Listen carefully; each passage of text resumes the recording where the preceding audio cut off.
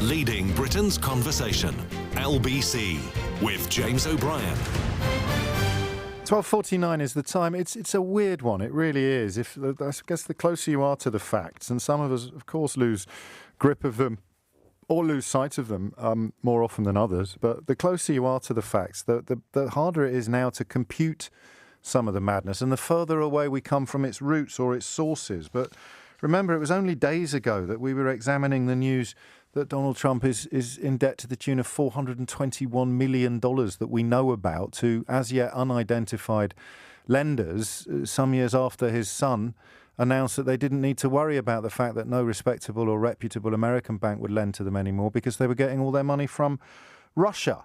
And that, I guess, has been overshadowed since by him contracting the virus and $750 in federal income tax that he deigned to pay for 2 years, 10 without paying any. It all sort of paints pictures that sometimes feel almost too big to contemplate. You know, when you've got your nose up against a picture, you can't tell what it is.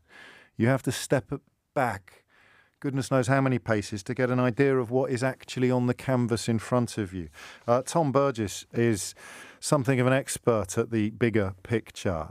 He works on investigations at the Financial Times, and it's his book Kleptopia that I was praising to the rafters last week in the context, actually, of those revelations regarding Trump's personal finances. And, the title Kleptopia, Tom, in many ways says it all.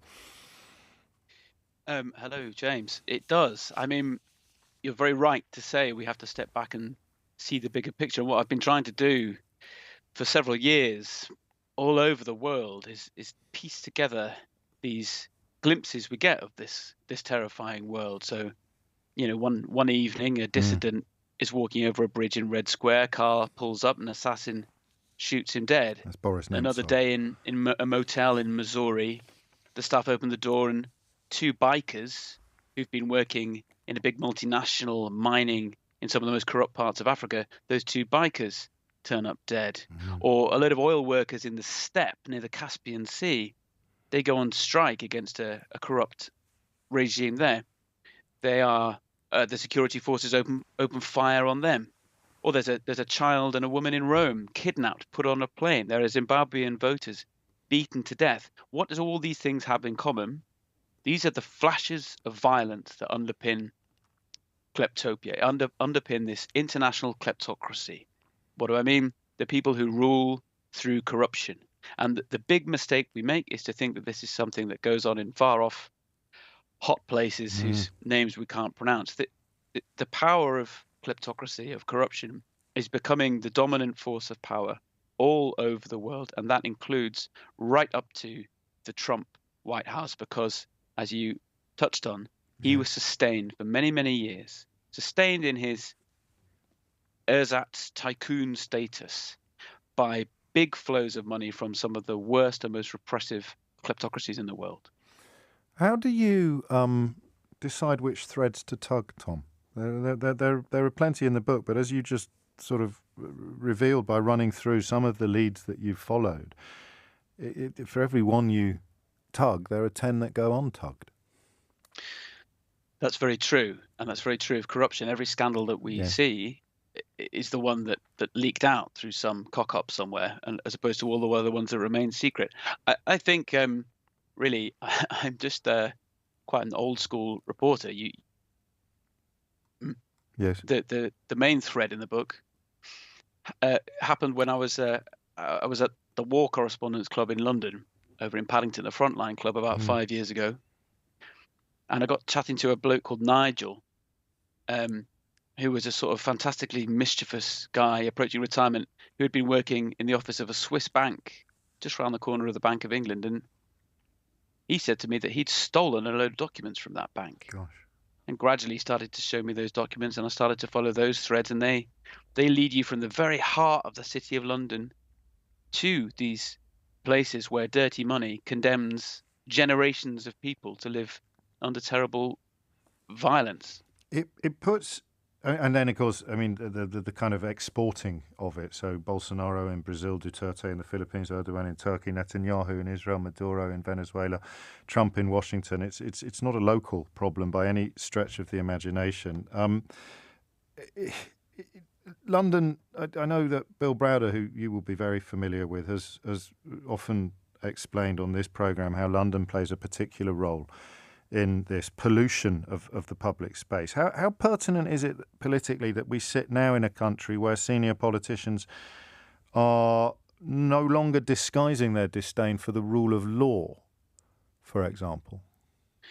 It's absolutely vital. I think it's not a coincidence that we've seen the infusion of enormous amounts of dirty money from the great kleptocracies, especially the former Soviet Union, into our political system, whether that's through donations to both big political parties or hiring ex-statesmen like Tony Blair to manage the media when your security forces have slaughtered your opponents and so on.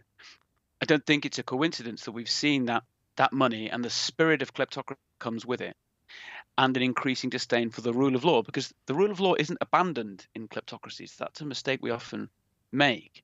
Even in the most totalitarian systems, often the rule of law remains, but it becomes a weapon. And you get a dual state. I write about this in the book. There's a brave German Jewish lawyer in the 30s who came up with this idea, a dual state where the rule of law exists, where it helps business to continue, where it helps the economy to keep working. But there's another state, a secret state, that has raw power and that can act without constraint to the rule of law whenever it wants to advance its own interests. And now we see that going global. As you say, all these kleptocrats around the world, they may ostensibly be left-wingers, right-wingers, something in between. What they have in common is that they're privatizing power itself. They're ruling through corruption, and they use the courts in the West and the rule of law in the democracies as a weapon to attack their opponents. Nigel Wilkins, the chap you referred to, emerges in almost gives you hope, I think, is fair to say, as both an investigative journalist and also as someone who's invested in civilization, Tom. Yes. Well, especially on the latter one, I think. Well, that's the Nigel, point. Nigel would be absolutely thrilled to hear that, were he still with us. And moves world is through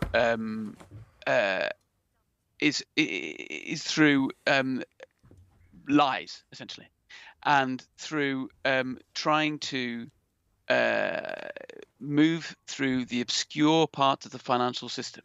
And Nigel just would not put up those lies. He refused to, and as a result, he was thrown out of the financial system, thrown out of the City of London, and humiliated. But all along, he was simply trying to say, what does money mean?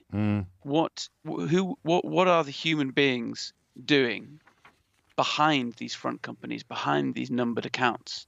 And that was what the City of London resisted. Someone who wanted to try and follow the thread of human action behind all the front companies, behind all the financial secrecy, to see how power was being wielded. And for people who aren't familiar with the bigger picture, or even elements of the smaller picture, where do you put London in the sort of international hierarchy of kleptopia?